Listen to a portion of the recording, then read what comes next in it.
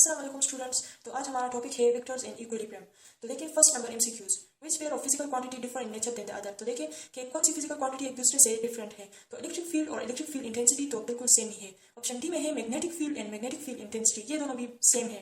रहेगा बी और सी। बी जो है coulomb force and electric field intensity. तो देखिए कूलम लॉ हमें क्या बताता है। कूलम लॉ हमें ये बताता है कि एक चार्ज जो है दूसरे चार्ज को या अट्रैक्ट करेगा और या रिपेल करेगा, और इस इफेक्ट को कूलम ने कूलम फोर्स का नाम दिया हुआ है, ठीक है। और इलेक्ट्रिक फील्ड इंटेंसिटी हमारे पास कूलम फोर्स पर यूनिट चार्ज पर जितना फोर्स है उसे इलेक्ट्रिक फील्ड इंटेंसिटी कहा गया है, ठीक है ना। तो देखिए कूलम फोर्स भी हमारे पास फोर्स ऑन अ चार्ज जो है, ठीक है ना, और इलेक्ट्रिक फील्ड इंटेंसिटी जो है ये फोर्स पर यूनिट चार्ज जो है, तो ये तकरीबन सेम ही है दोनों।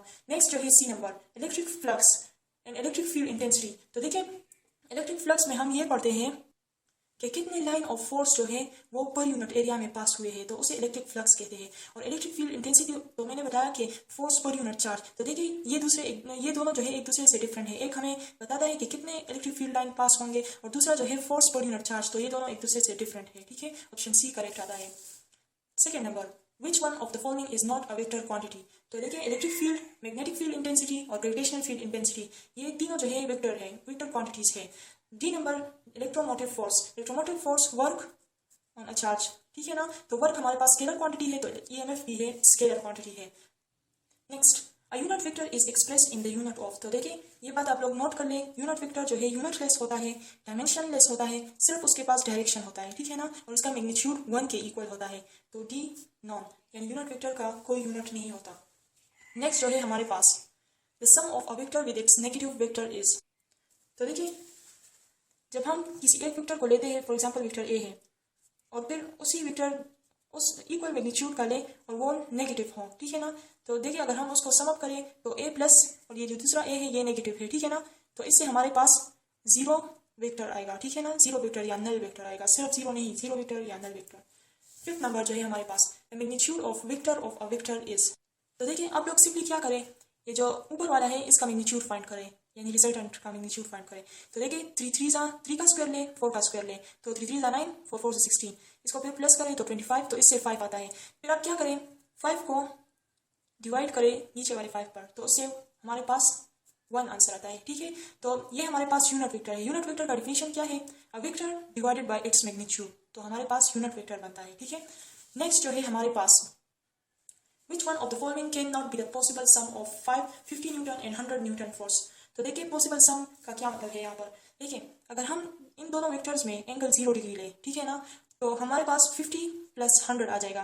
देखिए जब वेक्टर्स के दरमियान एंगल 0 होता है तो आप उसको सिंपली ऐड कर ले, तो 150 न्यूटन।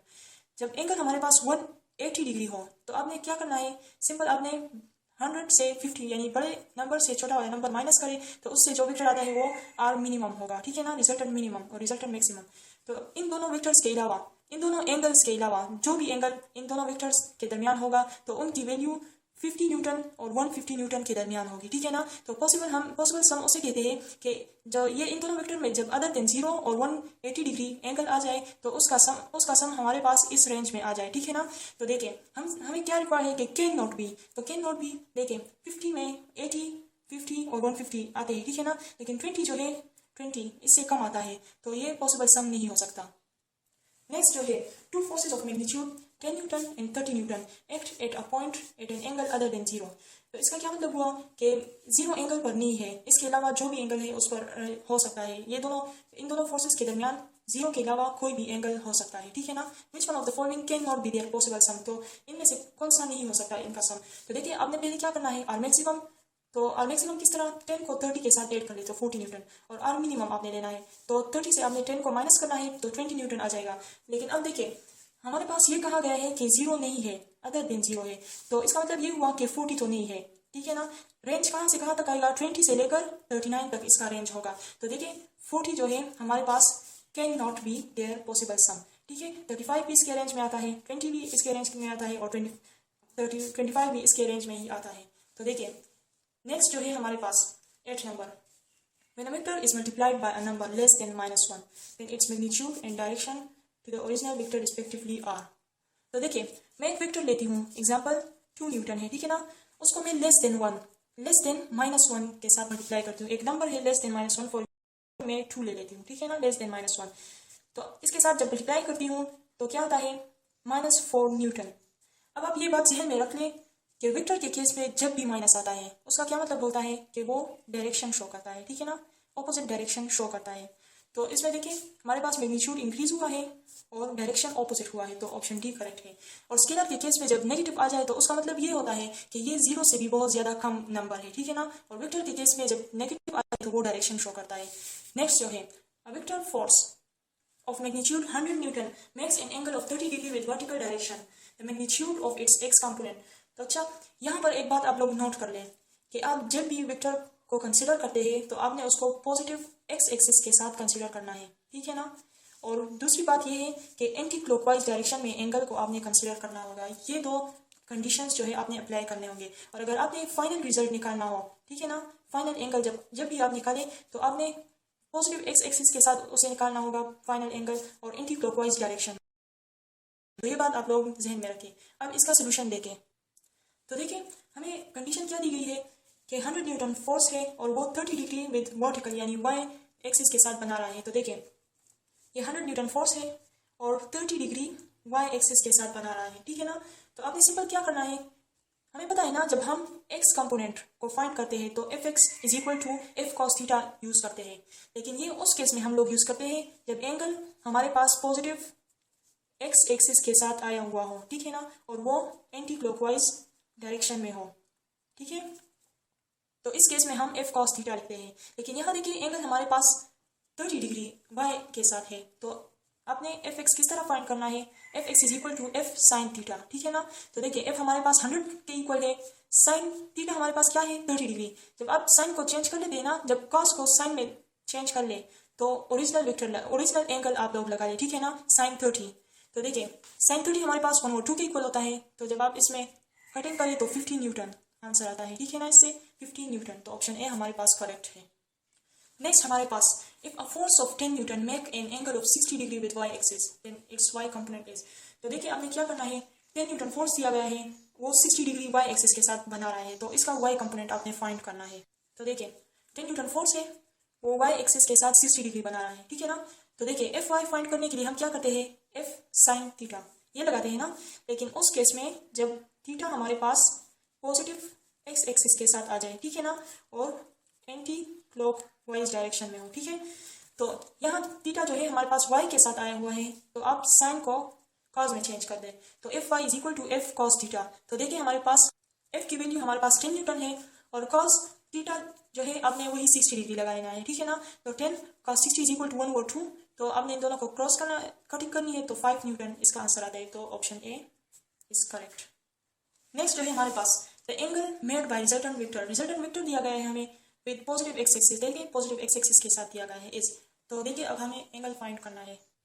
तो यहाँ देखिए आपने जब भी एंगल फाइंड करना हो रिजल्टेंट का तो क्या करना है, आपने टेंजेंट थीटा लगा लेना है, ठीक है ना। तो देखिए theta is equal to tangent inverse X divided by X. तो वाई हमारे पास क्या वैल्यू है 2। साइन को आपने ये जो नेगेटिव साइन है ना यहाँ पर, इसे आप थोड़ा इग्नोर कर ले थोड़ी देर के लिए, ठीक है ना। और x की वैल्यू क्या है, ये i जो होता है ये x की वैल्यू होता है, j जो होता है ना तो ये y की वैल्यू होती है। तो 2/√3 2 कैंसिल हो जाएगा और 1/√3। तो टेंजेंट इनवर्स 1/√3 30 डिग्री के इक्वल होता है। तो आप देखिए ये 30 डिग्री किस क्वाड्रेंट में हमारे पास आ गया। तो देखिए x जो है पॉजिटिव है, तो यहाँ देखिए x पॉजिटिव एक्सिस के साथ, y जो है वो नेगेटिव है, ठीक है, तो y यहाँ पर j, ठीक है ना। तो एंगल कहाँ पर आता है, देखिए एंगल जब फाइंड हो जाता है तो वो x के साथ बन जाता है, ठीक है ना, x के साथ ये बन जाता है और क्लॉकवाइज डायरेक्शन में x के साथ क्लॉकवाइज डायरेक्शन में बन जाता है। तो देखिए 30 डिग्री हमारे पास फोर्थ क्वाड्रेंट में आ गया। लेकिन हमें कौन सा एंगल फाइंड करना है, हमें एंटी क्लॉकवाइज एंगल फाइंड करना है और वो भी पॉजिटिव एक्स एक्सिस के साथ। ये यहाँ पॉजिटिव एक्स एक्सिस के साथ है लेकिन ये क्लॉकवाइज में है, क्लॉकवाइज से नहीं आता, आपने एंटी क्लॉकवाइज एंगल फाइंड करना है। तो सिंपली 360 डिग्री से 30 माइनस करें तो 330 डिग्री इसका आंसर आ जाएगा, ठीक है। तो ऑप्शन सी जो है हमारे पास करेक्ट है। नेक्स्ट जो है हमारे पास 12th number, the magnitude of horizontal component of a force 10 Newton is 8। एक मैग्नीट्यूड हॉरिजॉन्टल कंपोनेंट का फोर्स का जो है 8 न्यूटन है, ठीक है ना। The magnitude of its vertical component, तो देखिए एक फोर्स दिया गया है, उसका हॉरिजॉन्टल कंपोनेंट 8 न्यूटन है और वर्टिकल कंपोनेंट फाइंड करना है। तो देखिए ऑप्शन ए को जब हम चेक करें तो देखिए यहाँ पर हमें हॉरिजॉन्टल और वर्टिकल कंपोनेंट दिए गए हैं, तो इसका क्या मतलब है कि ये 90 डिग्री एंगल बनाता है, राइट हैंड ट्राइंगल है, ठीक है ना। तो हम इस पर पाइथागोरस थ्योरम अप्लाई करेंगे, ठीक है। तो देखिए पाइथागोरस थ्योरम में क्या होता है, जो जब अगर हम ए को कंसिडर करें, पहले ए को चेक कर लेते हैं, ठीक है ना। जब ए को हम चेक करते हैं तो सबसे बड़ा जो होता है वो हम बाहर ले लेते हैं हाइपोटेन्यूज की जगह पर, और बाकी दो जो होते हैं वो हम बेस और परपेंडिकुलर की जगह पर लगा लेते हैं, ठीक है ना। तो 10 मैंने बाहर लगाया क्योंकि बड़ा है, तो 8 × 64, 60 × 36, इससे 100 आया, तो 100 का जब रूट लेते हैं तो 10 आता है। तो देखिए जब दोनों इक्वल आ जाए हमारे पास तो वही आंसर सही होता है, ठीक है ना। चलिए मैं डी नंबर को ट्राई कर लेती हूँ। डी नंबर देखिए 10, 8 और 12 में 12 सबसे बड़ा है, तो 12 को आप बाहर लगाए हाइपोटेन्यूज की जगह पर, और बाकी दो जो है अंदर अंडर रूट में लगाए, ठीक है ना। तो 10 का स्क्वायर लें, 8 का स्क्वायर लें, तो इससे हमारे पास 164 आता है एडिशन से। जब हम इसका रूट ले लेते हैं तो 12.8 आता है, तो ये दोनों सेम नहीं है, इक्वल नहीं है, तो इसका मतलब है कि ये क्रॉस है। और ये बी और सी जो है ये आप लोग खुद ट्राई कर ले, ठीक है ना।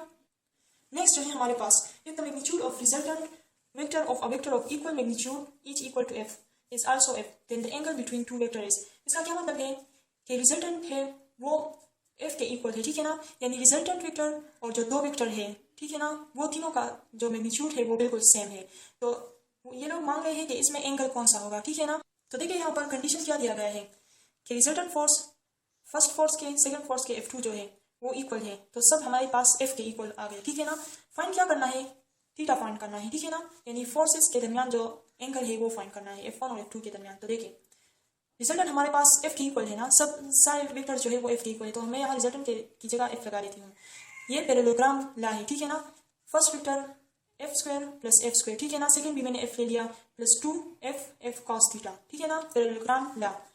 तो ये अंडर रूट हटाने के लिए मैं स्क्वायर ले लेती हूँ बोथ साइड पर, तो देखिए स्क्वायर लिया, फिर नेक्स्ट स्टेप पे क्या किया, f² और f² को जब ऐड किया तो 2f² आ गया प्लस 2f², इन दोनों को जब मल्टीप्लाई किया और cos थीटा जो है अपनी जगह पर आ गया, तो ये स्क्वायर और अंडर रूट कैंसिल हो जाएगा, तो हमारे पास क्या रह जाएगा, f² = 2f² + 2f² cos theta रह जाएगा, ठीक है ना।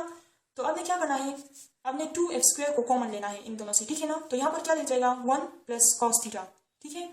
फिर आपने f² को इस f² के साथ कैंसिल आउट कर देना है, तो हमारे पास क्या रह जाएगा 1 = 2 1 + cos थीटा, ठीक है ना। समझ आ गई यहाँ तक। तो फिर आप 2 जो है 2 आप डिवीजन में ले आए इस साइड पर, ठीक है ना। 1 और 2 = 1 + cos थीटा। तो अब नेक्स्ट स्टेप में आपने क्या करना है, ये जो 1 है यहाँ पर ये वाला, आपने इसको इस दूसरे साइड पर ले आना है। तो देखिए यहाँ पर जब आप ले आए इसको तो 1 और 2 -1, तो इससे हमारे पास क्या आता है -1 और 2 आ जाता है, ठीक है ना। और हमें पता है कि cos इनवर्स -1 और 2 120 डिग्री के इक्वल होता है, तो आंसर हमारे पास 120 डिग्री ही आएगा। तो अब देखिए यहाँ पर इसका एक शॉर्ट तरीका ये भी है, देखिए R जो है वो इक्वल है F1 के F2 के, ठीक है ना। अगर मैं इन यानी मैग्नीट्यूड सब इक्वल है ना, अगर इनको हेड टू टेल रूल से मैं ज्वाइन करूँ तो F1 है यहाँ पर मैं लगा देती हूँ, F2 को मैं यहाँ पर लगा देती हूँ, ठीक है ना। तो रिजल्टेंट इस तरह आएगा। तो देखिए ये एक इक्विलेटरल ट्राइंगल बन जाता है हमारे पास, ठीक है ना। तो इसका इंटरनल एंगल जो है हमारे पास 60 डिग्री है, लेकिन ये बात आप जहन में रखें कि आपने जब भी एंगल फाइंड करना हो तो आपने पहले टेल टू टेल को मिलाना है टेल टू टेल को, और फिर उसका एंगल आपने फाइंड करना है। अगर टेल टू टेल नहीं तो आप हेड टू हेड मिलाएं, ठीक है ना। तो फिर फोर्सेस के दरमियान आप एंगल फाइंड कर सकते हैं। देखिए ये F1 है, ये हेड है और ये इसका टेल है, F2 का टेल है। तो आपने सिंपली क्या करना है, एंगल को आपने एक्सटेंड कर देना है आगे की तरफ, और मैग्नीट्यूड सेम होना चाहिए, ठीक है ना। एंगल को हम आगे पीछे कर सकते हैं, ठीक है ना, उस पर कोई फर्क नहीं पड़ता। तो अगर मैं इसको यहाँ पर एक्सटेंड करूँ तो इससे कुछ इस तरह बन जाएगा, F1 यहाँ पर आ जाएगा और F2 जो है ये इस तरह। तो देखिए इंटरनल एंगल 60 डिग्री था ना, तो आपने क्या करना है 180 डिग्री से 60 डिग्री को माइनस कर देना है, तो 120 डिग्री हमारे पास रह जाता है। देखिए एक लाइन है ना, ये लाइन, इस पर कितना एंगल बनता है हमारे पास 180 डिग्री बनता है, ठीक है ना। अगर इस लाइन पर मैं इस तरह 60 डिग्री ड्रा करूँ, यहाँ से दरमियान से ये 60 डिग्री, मुझे पता है ना ये 60 डिग्री है, ये जब ड्रा कर लूँ तो बाकी क्या रह जाएगा 120 डिग्री, ठीक है ना। तो इस तरह 120 डिग्री आ जाएगा। तो देखिए इक्विलेटरल ट्राइंगल के तीनों एंगल जो है 60 डिग्री के इक्वल होते हैं। तो आंसर हमारे पास क्या आता है 120 डिग्री, आंसर करेक्ट है। नेक्स्ट जो है हमारे पास इफ a = 7i - 8j, ठीक है, एंड b = i + 2j, ठीक है ना, देन फाइंड a + b और इसका मैग्नीट्यूड, ठीक है ना। तो सिंपल क्या करें, a को b के साथ प्लस करें। फॉर एग्जांपल देखिए यहाँ पर देखिए 7i और 1i, तो इससे 8i बन जाएगा, -2 और +2, तो -6 बन जाएगा, ठीक है ना, -6J। फिर क्या करना है आपने, मैग्नीट्यूड दोनों का लेना है। मैग्नीट्यूड किस तरह लेना है, ये तो गर्ल्स थ्योरम के जरिए। देखें 8 का स्क्वायर लें, -6 का स्क्वायर लें, तो इससे हमारे पास क्या आ जाता है, 8 8 64। देखिए माइनस का जब स्क्वायर लेते हैं तो इससे प्लस आ जाता है, तो प्लस प्लस 6 6 36, ठीक है ना, अंडर रूट इससे हमारे पास क्या आ जाएगा 64 + 36, तो इससे 100 आ जाएगा और आंसर हमारे पास क्या आएगा 10, ठीक है। तो ऑप्शन सी हमारे पास करेक्ट आंसर है, ठीक है। नेक्स्ट वन जो है 15 नंबर, देखिए इफ टू फोर्सेस दिए गए हैं P और Q are such that P + Q = P - Q, then the angle between P and Q।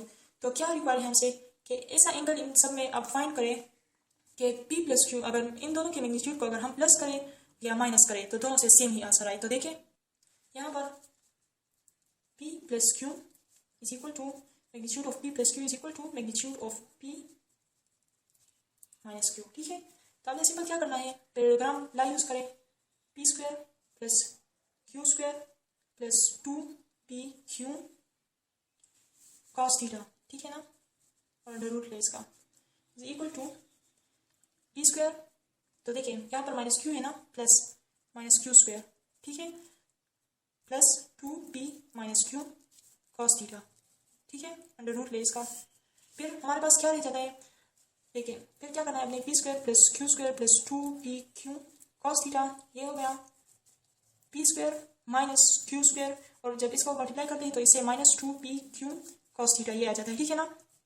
फिर आपने क्या करना है, दोनों का स्क्वायर ले इस तरह, ठीक है, तो ये दोनों अंडर रूट और स्क्वायर जो है कैंसिल आउट हो जाएंगे, ठीक है। फिर आपके पास क्या रह जाता है, P² + Q² + 2PQ cos theta, ठीक है, P²,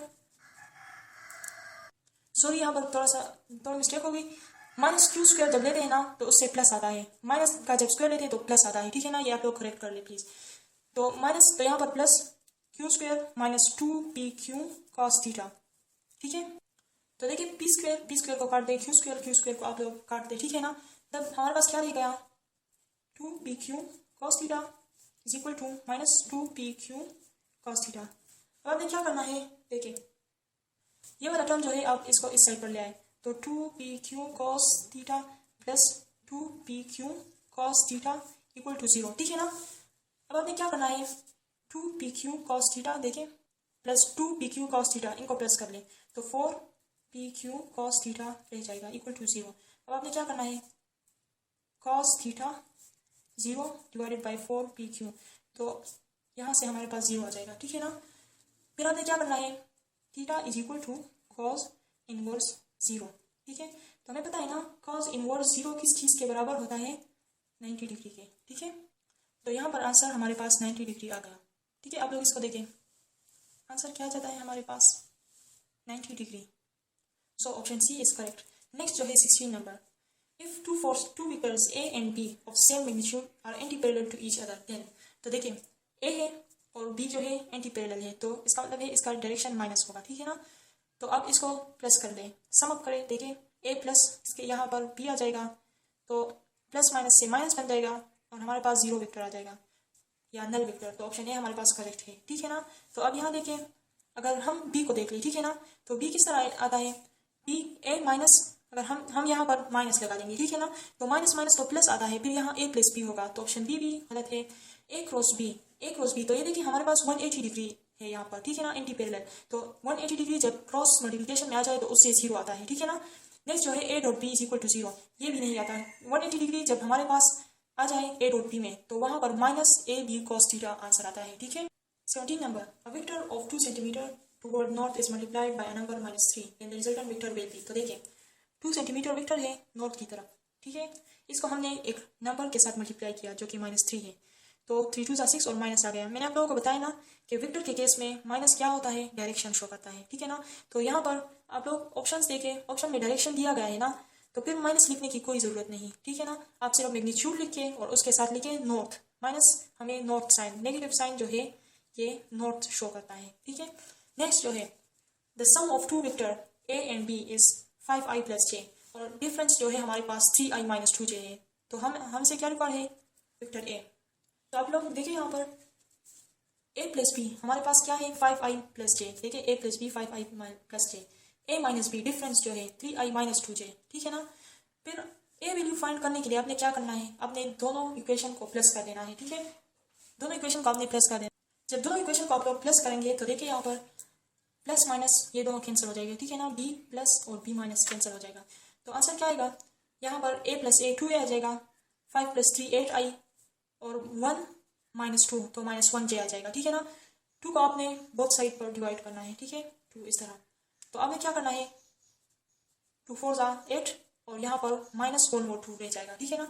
तो ए की वैल्यू ये है। अगर आपसे कहें कि बी की वैल्यू फाइंड करें तो बी की वैल्यू फाइंड करने के लिए आपने क्या करना है, माइनस कर देना है, ठीक है ना, दोनों इक्वेशंस को। तो आपने अलजेब्रा में पढ़ा होगा कि अगर जब हम माइनस करते हैं तो देखिए यहाँ पर ए के साथ जो साइन है वो प्लस है, ठीक है ना, यहाँ पर बी के साथ माइनस है। तो जब हम दो इक्वेशंस को माइनस करते हैं अलजेब्रा में तो आप नीचे वाले इक्वेशन का साइन चेंज कर दें, देखिए यहाँ पर माइनस है तो आप यहाँ पर प्लस कर दें, ठीक है। यहाँ 3 का साइन क्या है, प्लस है, तो आप नीचे माइनस कर दें। यहाँ माइनस है तो आप नीचे प्लस कर दें, ठीक है ना। तो अब ये नीचे वाले साइन जो है आपने ये कंसिडर करने हैं। तो देखिए माइनस ए प्लस ए ये दोनों कैंसिल हो जाएंगे, प्लस बी और प्लस बी तो 2b, ठीक है ना, हमारे पास 2b आ जाएगा। 5 से 3 आप लोग जब माइनस करते हैं तो हमारे पास क्या आ जाता है 2i प्लस प्लस, तो देखिए 3 प्लस 3j आ जाएगा, ठीक है ना हमारे पास। तो अब आपने क्या करना है, 2 को इस तरह कर देना है यहाँ पर और यहाँ पर। तो b की वैल्यू क्या आ जाएगी, i प्लस 3/2j, ठीक है ना। तो ये a और b की वैल्यू है। तो ऑप्शन में आप लोग देखें कौन सा ऑप्शन है, तो नॉन ऑप्शन है हमारे पास, ठीक है ना।